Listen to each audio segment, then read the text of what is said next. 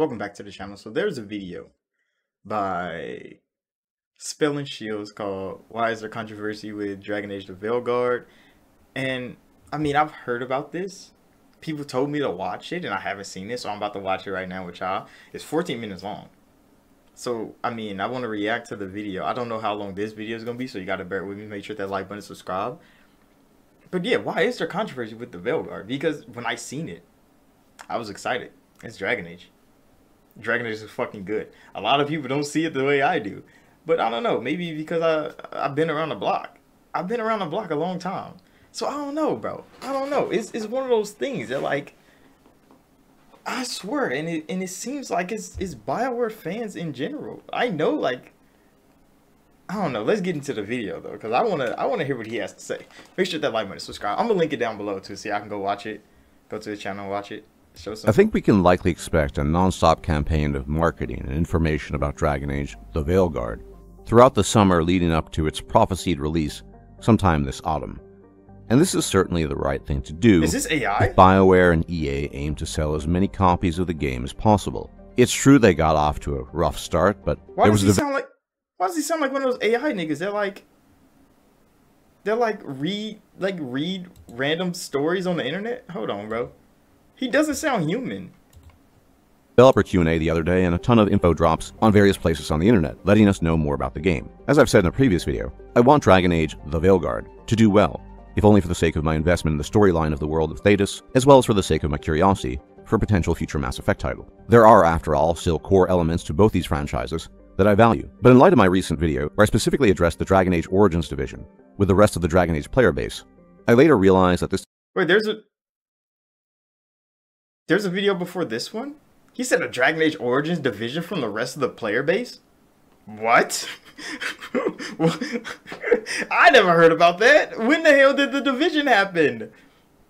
I didn't hear about no fucking division. Hold on. This division is merely a reflection of a greater issue and trend beyond merely Dragon Age, and something that goes to the heart of BioWare and how they've evolved over the years. Dragon Age the Veilguard is simply the latest iteration of a long-term evolution that has resulted in what one might regard as the greatest division within RPG circles. Now, all franchises and all genres have their divisions amongst the fans, be it film, anime, comics, and of course video games. But all in all, the divisions that exist within the broad sphere and genre of RPGs tend to be fairly mild and rarely overly vocal or destructive.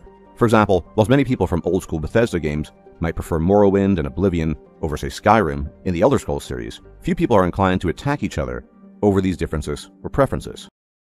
See, I understand it, because when I started playing Elder Scrolls, it was Morrowind and Oblivion, and those are two very different games. But I think it was the niche of it at the time, because wasn't a lot of people playing Bethesda games at the time. So if you were playing a Bethesda game at the time, and other people were playing a Bethesda game at the time, y'all kind of connected on that because y'all had a similar interest like that.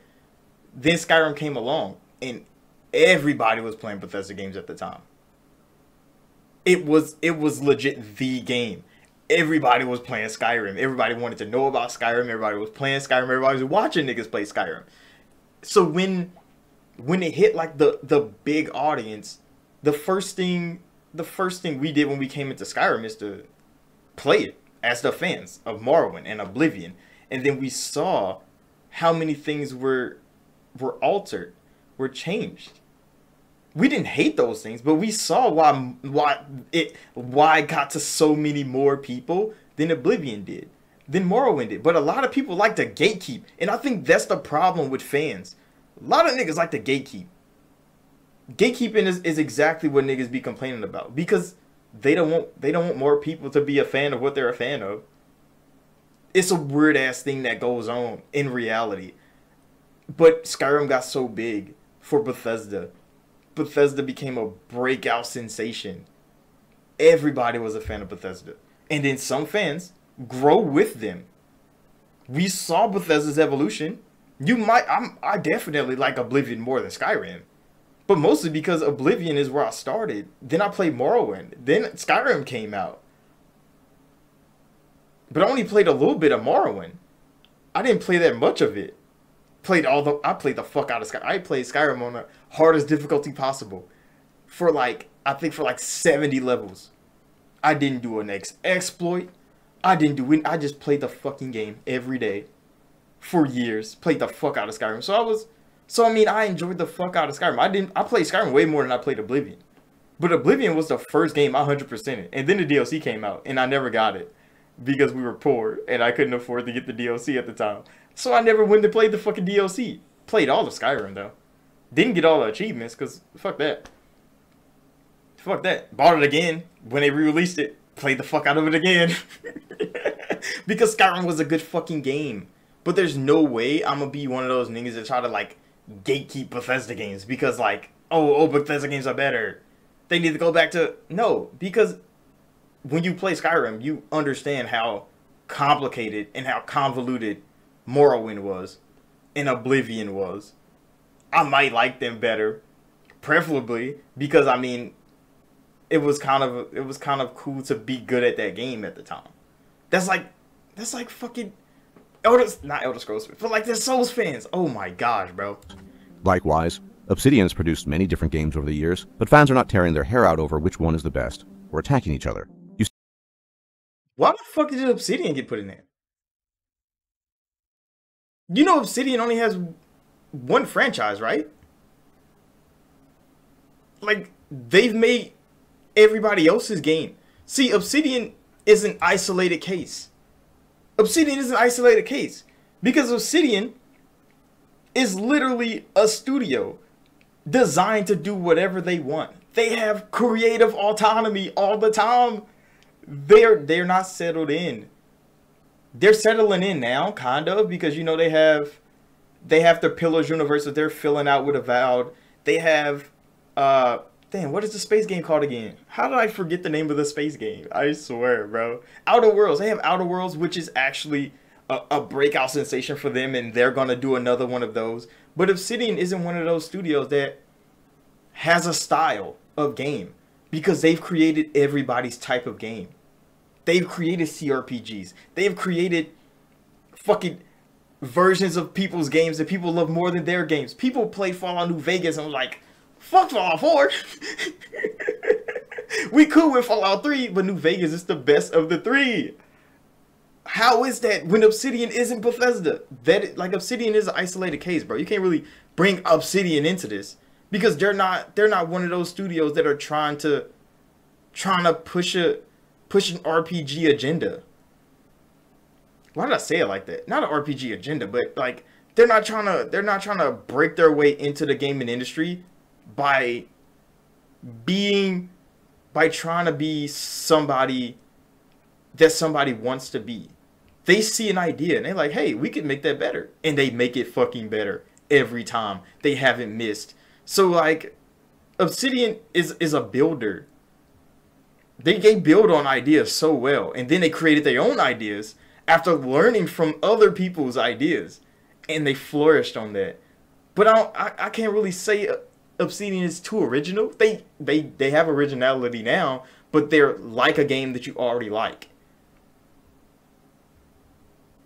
You see, the ultimate source of all this conflict and division amongst the fans of the games that Bioware has produced is Bioware itself, through a combination of bad luck, poor decision-making, and intentional action, all of which has contributed to a distancing of some of their fans away from their games, with Bioware courting new fans with little connection to the old ones, and an unnecessarily hostile attitude from both the new fans and Bioware itself towards the old guard of fans who feel, and I believe justifiably so, written off by the new directives of Bioware, as they had originally, through their support, built up the Bioware games with their wallets. Now, Bioware started off many winters ago, along with other oldies such as Obsidian, as a maker of RPGs. Where is he getting this information from? This man said Bioware started off winters ago with oldies like Obsidian. What? What? Do Buddy know Obsidian's first game was KOTOR 2? Are you even a fan of Obsidian? Are you a fan of Bioware, my nigga? Because there's no way you said Bioware and Obsidian are old-fashioned. No, nigga. Obsidian came in with the... See, I need to give motherfuckers a history lesson. See, I'm a Bioware fan. Through and through. I might not have played all the Bioware games. I'm not going to act like I have. There's old ass games that Bioware made, like before me was gaming. Why the fuck did he put Obsidian in there? See what a lot of people don't understand, and I have a feeling. I have a feeling in this video this thing is gonna bring up Larian Studios. But why didn't he say Larian when he said the winters ago? When Bioware started? Because Larian started, Bioware started, Bethesda started all at the same time. All three of them old ass niggas started at the same time. Obsidian came in, KOTOR.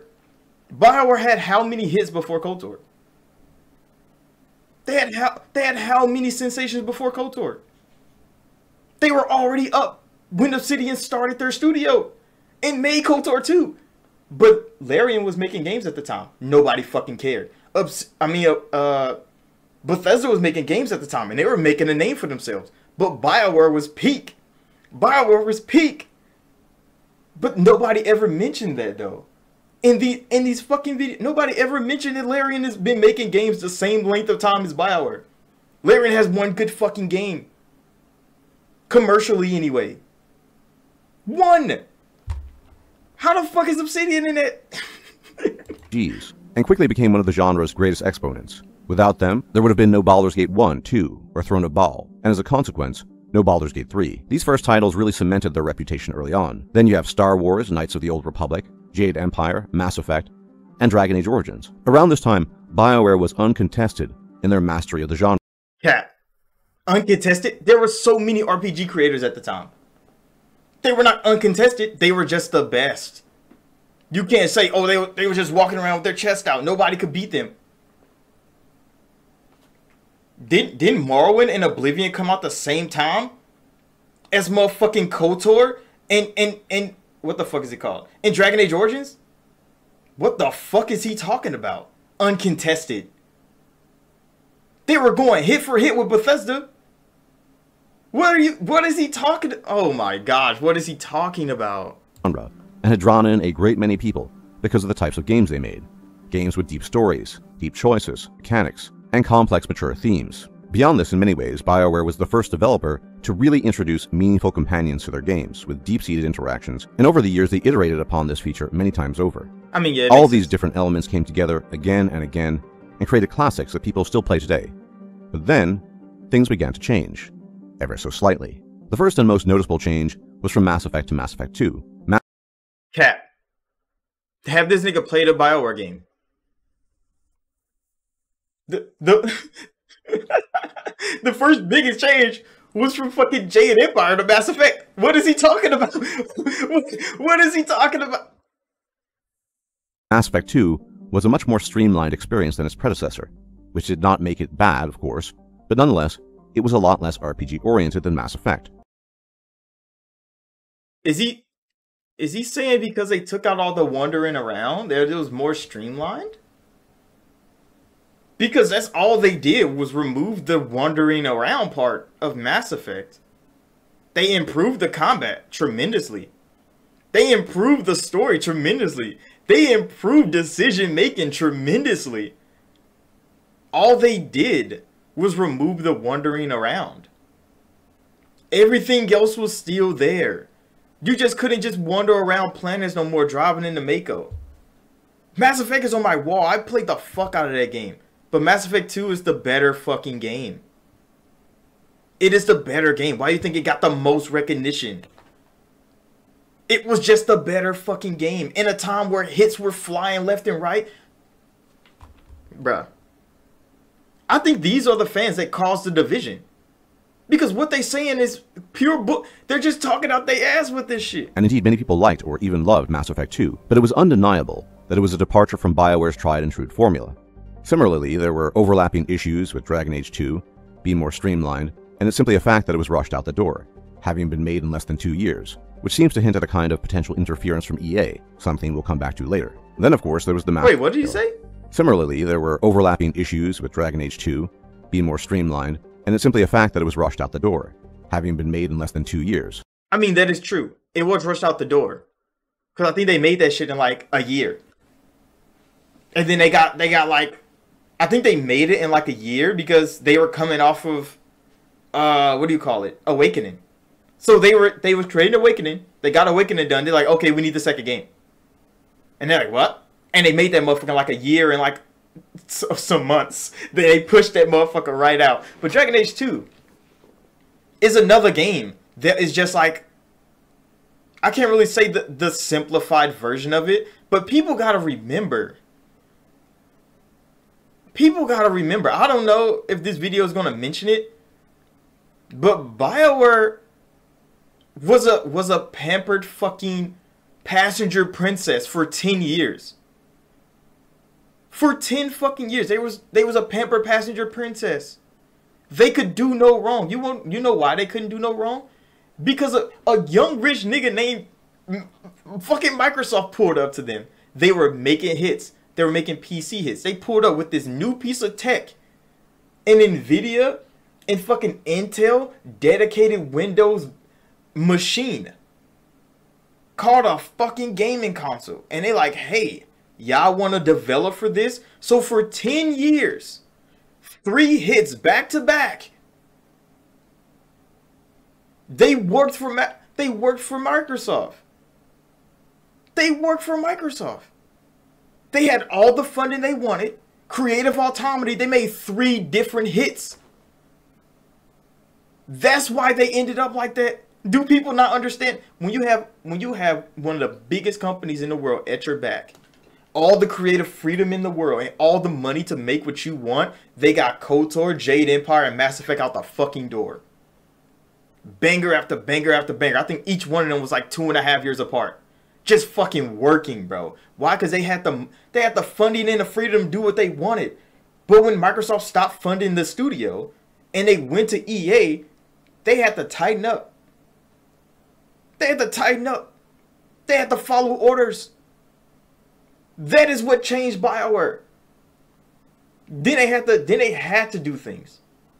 Because why didn't we get another KOTOR until Obsidian did it? Bioware could have made another KOTOR from Microsoft. They're like, oh no, Obsidian's coming up, let them do it. And they did a phenomenal job. Jade Empire came out. Why didn't we get another Jade Empire from Microsoft? Bioware didn't want to make another Jade Empire. You know what they made? Mass Effect. And Microsoft was like, amazing. Y'all did good work. But then that partnership ended. They found a new home, EA. But EA is like, okay, that game made you a lot of money with Microsoft. We want another one. And they're like, but we want to make something different probably. No, we need Mass Effect. They made Mass Effect. Dragon Age came out after that. I mean, Mass Effect 2 and Dragon Age. No, I think Dragon Age came first. I think they were making Dragon Age when they got with EA. Yeah. That's when Dragon Age Origins came. But then the studio started to crumble a little bit. A whole lot of the veterans left because the constraints they got put on them by EA. They used to have so much freedom. For 10 years, the studio had so much freedom with Microsoft that they didn't have with EA. So people start to leave. Why? Because their creative freedom was kind of gone. Because now they're making Mass Effect again. They just made their next new IP. In the last 10 years, they made 4 IPs, bro. 4 different games, 4 bangers in a row. And then they're like, okay, go make another Mass Effect game. They're going to make another Dragon Age game. That was EA doing that to them. And then they had to push that bitch out in a year. Come on now, bro. And you could say, like, oh, it's Bioware's fault. Bioware did a whole lot of things. They lost a whole lot of good people because of the constraints that they got put on them. They like, oh, I don't want to work in this type of environment. And the ones that did want to work in that environment are the ones that took over. Which seems to hint at a kind of potential interference from EA, something we'll come back to later. Then, of course, there was the Mass Effect 3 ending, and the very mixed Dragon Age Inquisition, which was, to be fair, commercially successful, but was received differently by a lot of people. And following that, to be blunt, you just have a long chain of misses and failures. Andromeda is nothing to write home about, putting it mildly, and then there were many issues. Anthem comes to mind. All the while, Anthem wasn't a bad game. I hate when Bioware fans be like, Anthem was a bad game. Anthem might have been unfinished. It might not have been the live service game EA wanted out of Bioware, but you can't say Anthem was a bad fucking game. There's not a single game with gameplay better than Anthem on the market. They wanted a fucking Destiny clone, and they got it. They got that game played way better than Destiny could. That game felt so good to play. The story was actually really fucking intuitive, bro. I love the fucking Shaper, hearing about them fixing the goddamn relics. I enjoyed the fuck out of that. The world, the goddamn bug people. I forget what they called though. I forget what they're called. But then the live service element of the game had to be pushed forward, and that shit was unfinished. Bioware wasn't on par with creating a live service game that could last, and they ran into trouble. But Anthem was not a fucking bad game, bro. That shit was spectacular. Despite many people leaving or being fired, Bioware fans still held out hope for a return to grace. Bioware had, through their earlier achievements, earned themselves a loyal fan base, and so people waited. Their reputation kept the faith of the flocks. Now, a lot of people are heavily inclined to pin the blame on EA for all of Bioware's flaws and failures, and it certainly is the case that EA is part of the issue. But EA simply cannot account for everything, or even a lot of it. Much of the failure of Bioware can be laid at the feet of Bioware itself rather than EA. And now, after a nigh 10 years of waiting, a new game is coming out. A continuation. I mean, if you're judging off 10 years of waiting, I mean, you waited 10 years for another Dragon Age game. It's been 12 years since the last Mass Effect game. No, it hasn't. It's been like 7 years since the last Mass Effect game. But Bioware has released a Mass Effect game and Anthem in between Dragon Age. So if we've been waiting 10 years for a Dragon Age, you can't say you've been waiting 10 years for a game when Bioware has released games in between those. You might not have liked them. You might not have liked them. But you can't say, oh, we've been waiting 10 years for a game. No, you haven't. We've been waiting 5 years for a game. We've been waiting 10 years for another Dragon Age game. And to say EA isn't mostly to blame for BioWare's mishaps, EA is definitely at least 75% of why BioWare is the way BioWare is. Because not only were they constrained, the two teams didn't have the funding they would have loved to make the games they wanted to make. Because whoever was the bigger IP at the time got the funding. And Mass Effect was winning that. So Mass Effect got the money. Mass Effect got the budget. And then the Dragon Age team got the rest. Dragon Age team got the rest. That was an EA thing. Remember, the engines changed. They stopped using Unreal. And they had to start using Frostbite.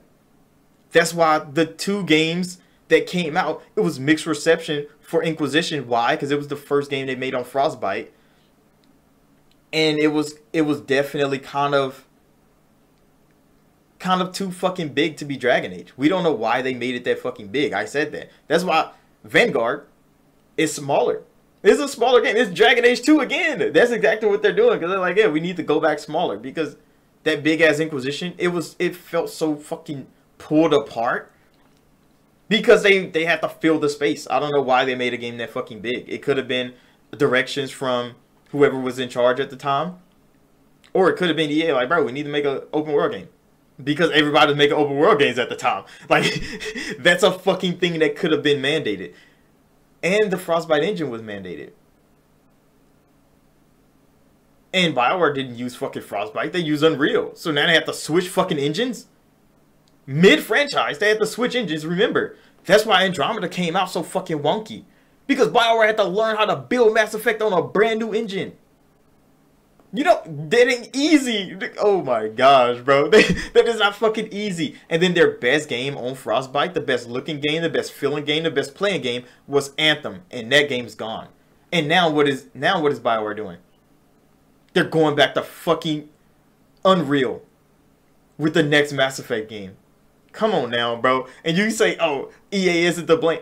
Nigga, when you lose old personnel because they don't want to deal with that shit, new personnel rise up. And then the new personnel has to teach the newer personnel how to do things now. How do you get a culture like that? The company dictates that. The company dictates that. Why do you think Casey Hudson came back and then left again, bro? Because he tried to fix it. He came back trying to inject old BioWare back into new BioWare. He tried to teach the new wave of BioWare how old BioWare used to be. And then he learned that, oh, the studio can't run how it used to. We can't operate how we used to. And he left again, bro. Continuation of the Dragon Age franchise, and probably more anticipated than any other game they have made, in part due to the very long wait. Some of this division I covered in my Dragon Age Origins versus everyone else video, but it is a broader issue, and Bioware, not the player base, has sown the seeds of this division amongst their fans, whether willingly or not. If this were a PhD dissertation, I could probably cover all the issues, but since it's not, I will limit myself to a few. As I've already mentioned, beginning with Mass Effect 2, there seemed to be a move towards streamlining, making the games, for lack of a better way of putting it, easier to play. Every Bioware game since Mass Effect 2 has been streamlined in this way, presumably because... What do you mean? Bioware games have been getting easier since KOTOR. Since before KOTOR. Do you think Bioware games are still like Baldur's Gate 1? Baldur's Gate 2? Neverwinter? No! Because nobody wanted to play those fucking games. That's why they changed it. So when KOTOR came out, it was definitely easier to play. When Jade came out, it was definitely easier to play than fucking KOTOR. When Mass Effect came out, it was definitely easier to play than Jade. What is he talking about? And they became console game creators. See, people always leave that part out, bro. They were primarily PC making until Microsoft pulled up and they start creating for a console. You can't have complex things running all at the same time on a console, bro. And they had to put it on a controller. Of course it had to be fucking streamlined. Oh my god, bro. These fans are the ones that push this disingenuous ass shit. Like, oh, they made the games easier. Yes, nigga, because console gaming became a deal. It became a place they wanted to put their games. And just like Baldur's Gate 3. Have you played Baldur's Gate 3 on console? It's definitely not like the PC one. It's not like the PC one at all. The freedom of pointing and clicking and dragging shit around the screen on PC since I've played it feels a whole lot better than it does on the controller.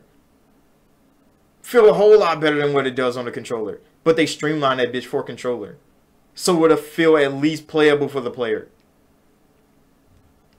Because Bioware thought that it would make the games more accessible, and consequently more popular and enjoyable. But it's highly debatable if the streamlining that has taken place has really benefited the player base, or for that matter, if it was truly desired by the player base. And I do hate to be the... It definitely benefited the player base because they got more games. And they got more people playing more games, which got us more games. That only benefited the player base. What he's saying is, oh, handicap yourself to making people not like your fucking game. So then the fans of fucking Baldur's Gate 2 will be happy. What? What? Gazillionth person who brings this up, but it's not unreasonable to bring up the success of Baldur's Gate 3 in this regard. Baldur's Gate 3 literally lifted a set of rules from pen and paper Dungeons and Dragons and made it fun and enjoyable. And not just for old-timers and hardcore CRPG players, but for the new players as well. And whilst not... Cat. Everything outside of combat is great for Baldur's Gate 3. Combat is fucking horrible. A lot of people agree with me, a lot of people disagree with me. But you can't just say like, oh, they made it fun. They didn't make it fun. Unless you play as a fucking paladin. Unless you play as a random fucking build guide. If you go and play Baldur's Gate 3 just blind, you go and play the game, you want to be a mage, you pick a wizard, and then you learn, oh, wizards, no matter how strong you fucking get, can do one spell around. But then you learn, after you pick a wizard, you play fucking 90 hours, that, oh, if you was a sorcerer, you can cast more fucking times a turn. And it's like, why the fuck can't wizards do that? Oh, because D&D says so. Okay, well, you just wasted my fucking time making a goddamn wizard when I could have been a goddamn sorcerer. Everyone enjoyed the combat. The majority of people did, as evidenced by the countless number of build guides and videos on YouTube that persist to this day. Those build guides are so people can actually enjoy the fucking combat. Because when you get in the game and combat feels trash, they're like, oh, do these things and you can have fun. That's why they make these build guides.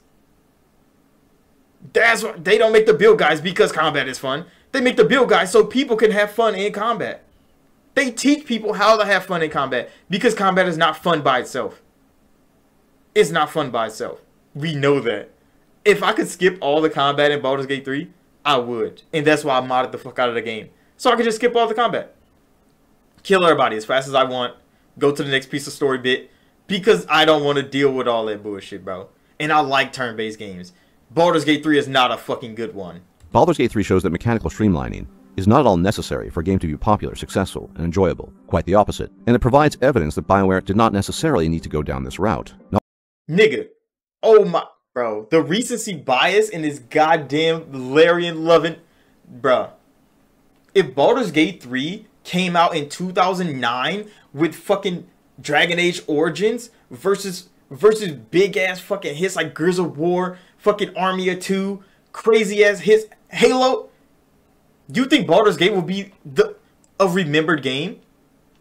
Do you think Baldur's Gate would be a remembered game? Fuck no, bro. That shit is going right in the trash with everything Larian made at the time too.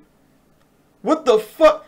You gotta remember the time in which Larian dropped this fucking Baldur's Gate 3, 2 years of early access before it came out.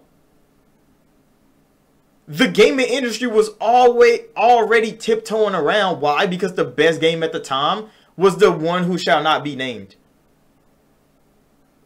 Hogwarts Legacy was the biggest game that year. What's the best game that year? What's the most fun game that year? It got shelved. The next big thing was the already anticipated and one of the most hated on games before it launched, Starfield. They had to pick a different person. They're like, we can't put these two games up because we not allowed to like Starfield. No matter how good it is, we're not allowed to like it. That motherfucker's a 7 at best. Come on now, bro. Come on now, bro. And then Hogwarts Legacy was booming the fuck up. Outsold Call of Duty. The first game to outsell Call of Duty in how many years? Oh, we can't mention it. We can't mention it. They chose fucking Larian. Baldur's Gate 3. Larian themselves was like, okay, I mean, thank you. You can push us fucking forward. But then the media glazed them for fixing their broken fucking game. Crucify fucking Starfield for not having to fix their game. Like, oh, Starfield hasn't had as many patches as Baldur's Gate 3 because Baldur's Gate 3 is fucking broken. I quit playing on console because that motherfucker kept crashing. I literally dropped the playthrough on console because it kept crashing. I haven't finished the game on console.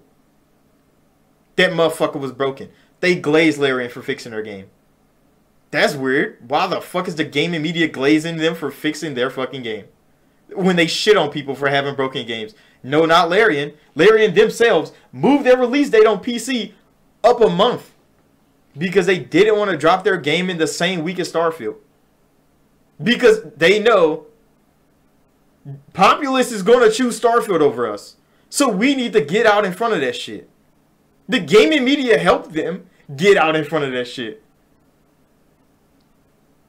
The recency bias is crazy. And then we still seen all the numbers Starfield did. No matter how the media talked about Starfield, we still seen the numbers that it did. We still seen all the things it went to, and people still tried to talk shit about Starfield. No matter how great the numbers were, they're like, oh, but you know, fuck with that stuff.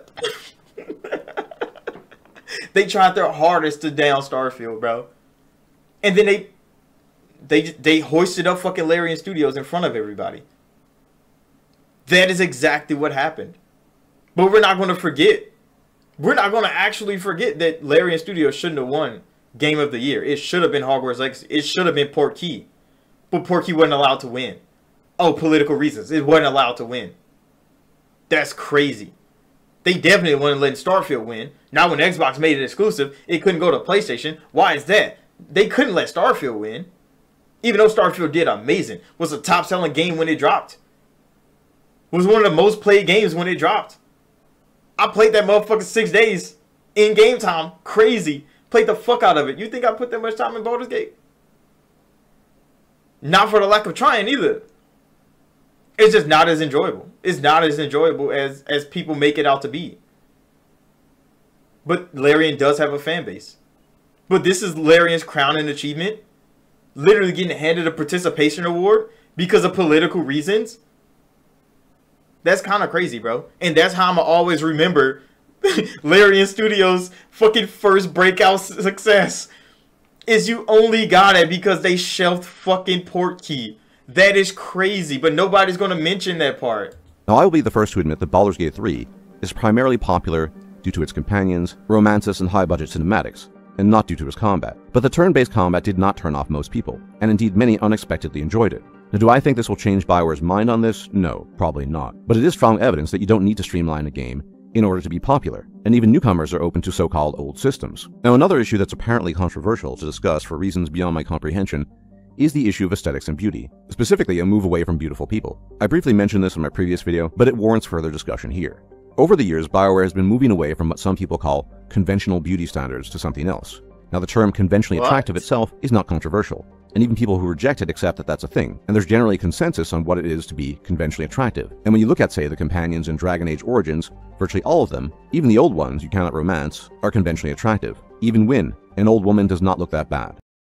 I mean, Wynne was a bad bitch, bro. She was a fucking baddie. Oh my gosh, Wynne would look so good. Alistair is handsome, Zevran looks like a Latin lover, and both Morgan and Liliana are beautiful. Now, if you fast forward to Dragon Age Inquisition, it's like night and day. Of all the companions and advisors, only Cullen stands out as conventionally attractive, with Dorian perhaps being a runner-up, and none of the female characters is conventionally attractive whatsoever. What? There's no fucking way. He said... So he's saying... What? So he said... There's no goddamn way. This nigga... Nigga. Morgan as a mom, bad bitch, bro. Straight bad bitch. See Cassandra? Oh my gosh, bro. Cassandra was a what? Even Josephine was cute. I know she had a mole and people didn't like the mole on her face. There's so many mods to just get rid of the mole. That is all people did to Josephine. Get rid of the mole. She was bad. What? That is crazy, bro. That is wild, bro. Even Vivian was a bad bitch. Vivian was bad. You couldn't even romance her. Vivian was a baddie, her bald ass. That is outrageous. He just said that, bro. And see, what I think it is when he was talking about that, because he bring up Origins and how their characters look. He don't go to Dragon Age 2. He don't go to Dragon Age 2 because they made Isabella a they made Isabella a bad bitch, bro. Even Aveline, bro. We couldn't even have Aveline, bro. And I was like, Aveline, bring your fucking ginger ass here, nigga. He didn't mention Dragon Age 2. He knew he couldn't do it. He chose Inquisition. Why? It's because Inquisition had an old cast, had an aging cast. Remember, freaking Liliana is like 30 something.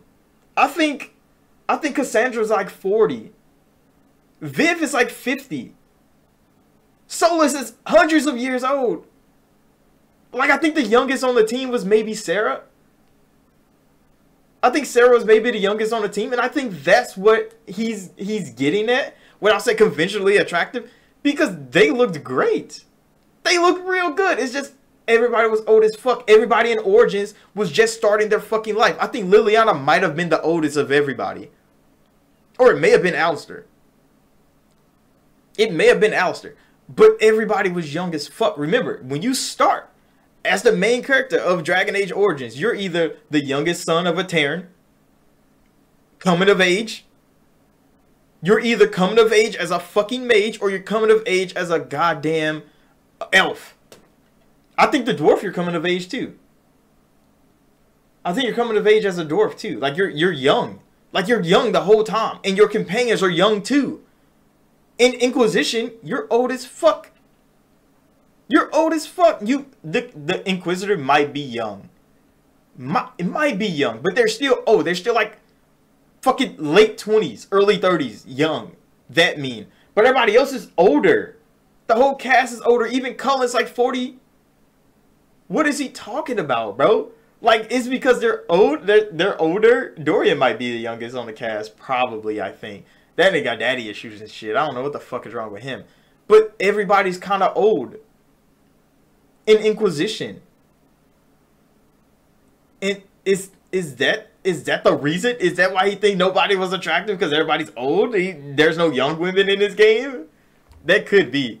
That could be the reason. But they're not going to say that. You need only compare them to Morgan or Liliana or Liara or Miranda, and I could go on. In the latest roster of companions. Miranda? Nigga thought Miranda was cute? Her head was... Big as fuck, buddy. Like she was a bad bitch in her own right, but her dad got that chin wrong, nigga. From what little we can glean from the limited reveals, it seems that of the males, perhaps only Davrin and Lucanus de la Morte are conventionally attractive. None of the female companions are. Bioware even fundamentally changed the appearance of Scout Harding, not just to make her older, I'm aware that she's older, but to make her significantly less attractive. Perhaps with a fuller... I don't, bro. I don't know. I don't know what he finds attractive. I'm not gonna say what, but Scout Harding looks fucking good in the new. Oh my gosh, bro. Scout Harding looks so fucking good in the Vanguard game, bro. They made her look so fucking good in the Vanguard game, and I think Scout Harding was maybe like she probably was like 18 or 19 in fucking in Inquisition.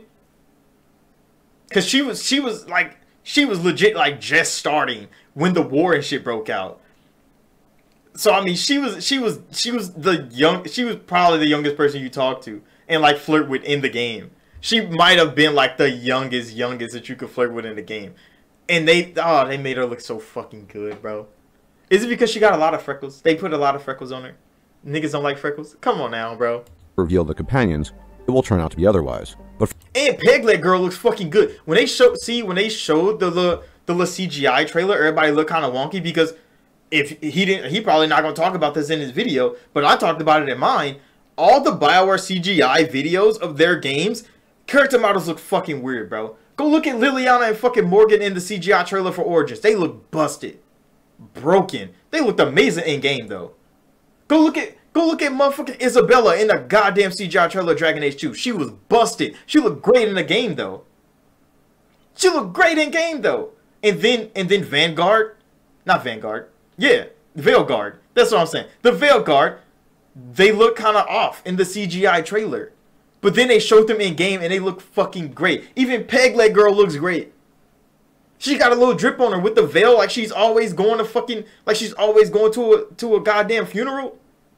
She looks good, bro. They haven't really I think they showed the picture of like the elf one that like they got the mechanical arm to jump through the Luvians and shit.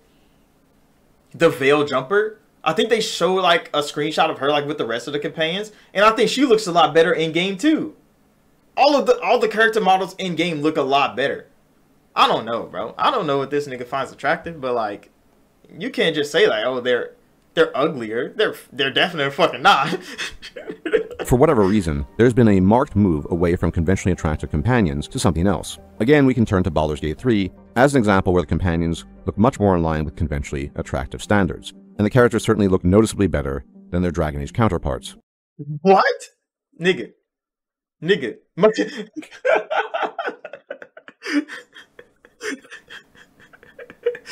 Did he just say Baldur's Gate 3 companions are conventionally attractive? Who? Who the fuck is he? Nigga, you better say names.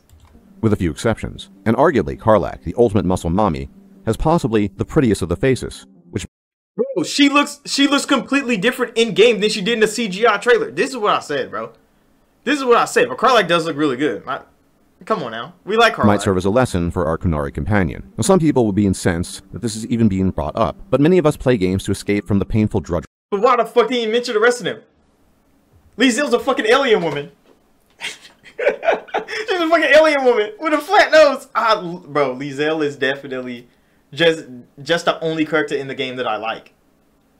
I like Minthara too, but Minthara, you can tell Minthara's old as fuck. She looks old as fuck. Lizelle's old as fuck too, but like she doesn't look old as fuck. I hate the other one. What the fuck is her name? Shadowheart. Shadowheart's a bitch, bro. No. Fuck no. I hate her. For some reason, Will ass think you want to fuck him all the time. Like, Will, sit your horny ass down, bro. He has a problem. Niggas just walk around the game being themselves. We know why Lizelle's like that, because like it's genetic or some shit. Her whole race is like that. But Will, what the fuck is your problem, bro? You're just all of a sudden attracted to a nigga. Nigga, I'm trying to help you save your dad. Nigga, I've showed no interest in you at all. All of a sudden that nigga's attracted to you and you gotta awkwardly be like, bro, what the fuck is your problem? And he gotta be like, oh, I misread it. Come on now, Will. Get the fuck out of here, bro. Why is that game like that? Why is that game like that? Bioware don't have that problem. I mean, Veilguard might have that problem because they're going the way of like everybody's romanceable by everybody, which is fucking stupid. Which is fucking dumb because types and preferences are a thing. But that's a real thing.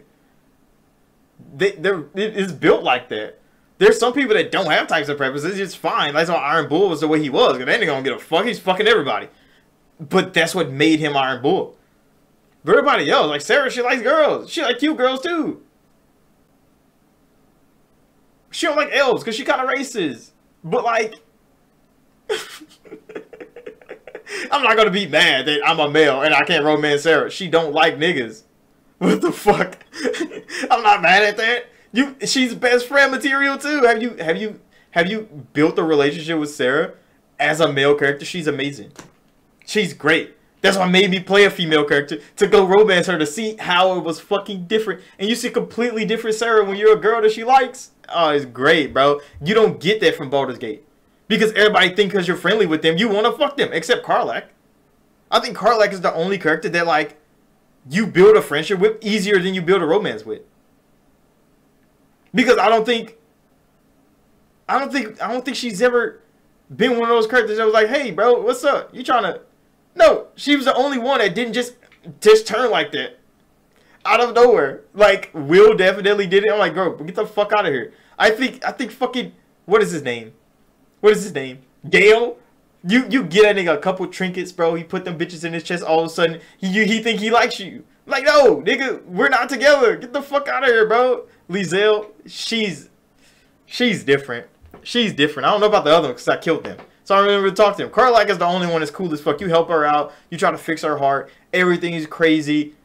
And I don't think she's the one that just like fall head over heels for you for no fucking reason. She's the only one that's genuinely, like, actually like romanceable in the fucking game. Everybody else is just trying to do some. Even Helson ass. You talk to him like 3 times. All of a sudden he think, like, no, get the fuck out of here, bro. I think it's the males and Lizelle. Technically, those are the ones that act like that. Of life. To dive into a completely different world. Beauty, which is so rarely seen in our daily lives, elevates games and makes the characters in the games more appealing, and greatly amplifies the escapism people seek. The whole point of heroic fantasy is hyperbole, characters looking both well beyond average and performing well beyond average. And this shift on the part of Bioware away from the conventionally beautiful takes away from that, and it's shot through all their most recent games. Unless you think I am a lone voice in the forest on this, many people, male and female, of many different preferences and orientations, lament the loss of the conventionally attractive. As someone in my comment section recently wrote, if I want to see average, I can look in the mirror or go outside. I'm here to escape. This movie... Them motherfuckers is low self-esteem. There's no way. See, I go to the gym a lot. I look fucking good, bro. I look fucking good. I know I look good. Because, nigga, the amount of attention you garner in real life is crazy. It's crazy. But, I mean, if you don't garner that attention, of course you're going to feel bad about yourself. But, like, nigga, I could be walking through the store with my girlfriend, bro. Chilling. We just walking through the store, doing some shopping. Girls will come compliment me, bro. And you know why girls compliment you, especially when you're with your girl. Because they think they look better than your girl. They do that, though. But they wouldn't do that to an unattractive person. But that's the thing. So there's no way you're like, oh, man, I look basic. I want to look at some bad motherfuckers in the game. No, nigga. That's why I try to create myself in every game I play. It's not very easy because motherfuckers don't have black facial features or hair. It's kind of hard. But, like, other than that, I mean, nigga, I'm trying to be me in the game. Move away from aesthetics, which has been knowingly and probably willfully implemented by Bioware, has further fractured the player base. And you honestly wish to tell us that it's all in our imaginations. Let me ask you one final question regarding this. Where are the desire demons? And where did they go? And finally... See, now that's one thing that I understand. That is one thing that I've mentioned. And people talk about, oh, the dark fantasy. Like, once the desire demon was gone, once they removed desire from the fucking game, you knew they weren't going dark no more. Because the desire demon was warping niggas' minds for 2 games. Had niggas doing crazy. You'll walk in a room, nigga think he's with his wife and kids. The desire demon is fucking killing this nigga slowly. draining this nigga's life force. Do you stop her? Those are dilemmas that they put you in Dragon Age. They stopped doing it. They stopped doing it. Like Pride and shit came because Pride wasn't in the other games. So they removed the ultimate feminine being and put the ultimate masculine one. Now you gotta fight pride and rage and envy. But lust was gone. Why was lust gone? We don't know. Why is desire gone? Because Bioware was like, okay, because everybody want to get family friendly around here. They want to get touchy. They removed it.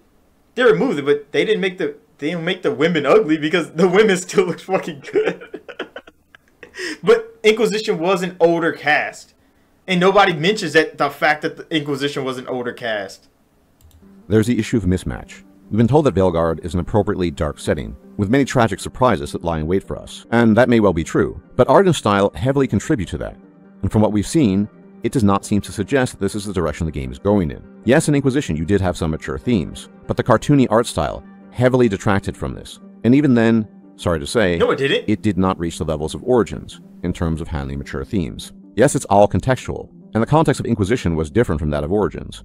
But is Bioware truly willing to treat and talk about the many topics they used to? This is particularly the case when we think about Tevinter and places like Antiva, which are potentially very dark places. Will Bioware make this a reality in The Veilguard? I don't know, and it probably is a bit too early to tell on this particular issue, and only the fully released game will reveal the truth to us on the matter. But if Bioware's direction thus far is anything to go by, I doubt it. Now obviously there are other issues, but I thought to bring up the most relevant ones. And all this would be perfectly fine were it not for a large contingent of Bioware fans that insist that either this has been imagined by those disappointed, or that it's irrelevant, or in the worst case scenario, people that harbor such thoughts are so stupid that they don't even understand the games they like to play.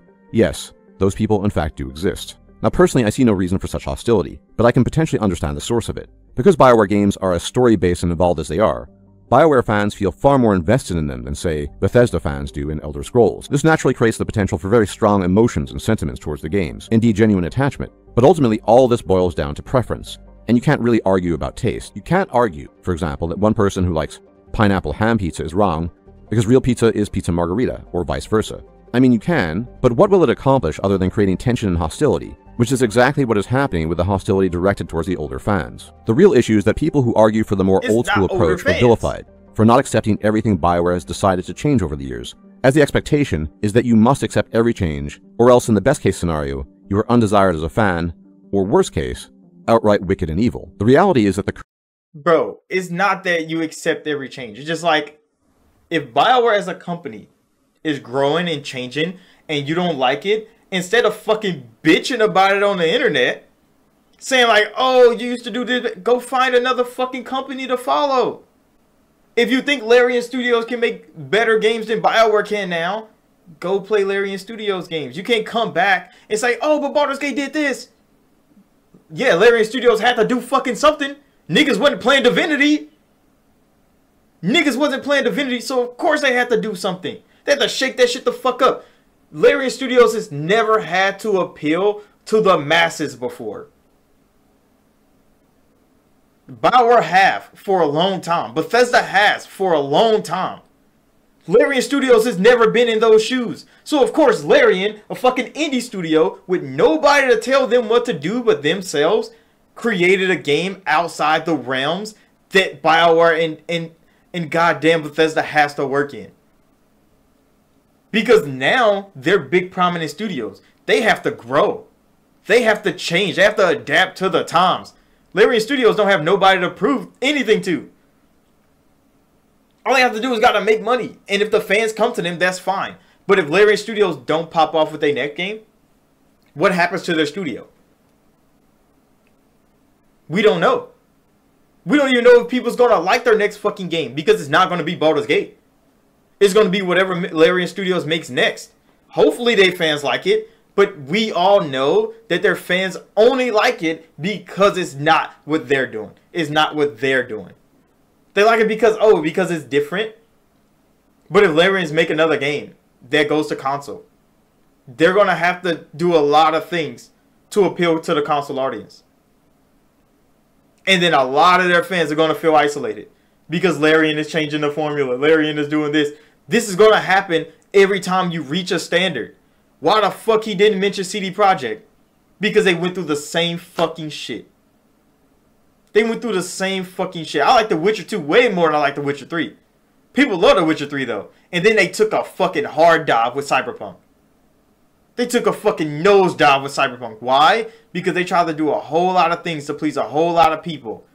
And it crumbled on them. It crumbled on them. Larian Studios has never been in that position. Now they are. So in 6 years, when Larian's next game comes out, we will see where they fucking stand. And I know a lot of these people are going to be making these videos about Larian Studios. Like, oh, they're isolating their old fans. Y'all weren't old fans, bro. Because y'all didn't play Divinity on 360. Divinity 2, y'all didn't play that shit. Because y'all was playing Mass Effect. Y'all were playing Dragon Age. Larian has been in here a long time, but all of a sudden now Larian's like the savior of RPGs. Like, come on now. Because they never been mainstream. They were on the outside trying to get in. They were on the outside of the club trying to get in so bad. They finally got in. Now what are they going to do with all that fame and popularity? Because we saw what Bioware and them did. They adapt. They grew. They changed. Whether you like it or not, they did. You could definitely go play some other games. That's crazy how people wanna hold on to the past. Like, nigga, Dragon Age Origins came out in 2009. I bet if Baldur's Gate 3 came out in 2009 versus Dragon Age Origins would have shit on that game. Would have shit on that game. Tremendously. In every way possible. Would have shit on that game. Why? Because it felt good to play on console. It wasn't broken and battered. The characters were better. The story was better. The world was better.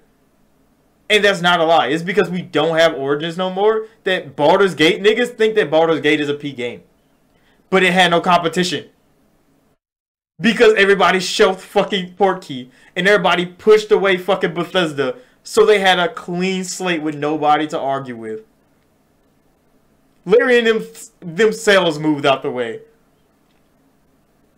Pushed a game up a month. Pushed the PlayStation release back a week. Give fucking Starfield their space. Let them do their thing. Why? Because they knew if they had to go sell for sale, they wasn't going to fucking win. And they had 2 years head start. But yeah, I'm going to end this right here, bro. So thank you all for watching, like, subscribe. This is a crazy ass fucking video. It is a crazy ass video. I'm going to definitely link it down below. But come on now, bro. Some of this shit is outrageous. What are you talking about? But I'll see y'all in the next one.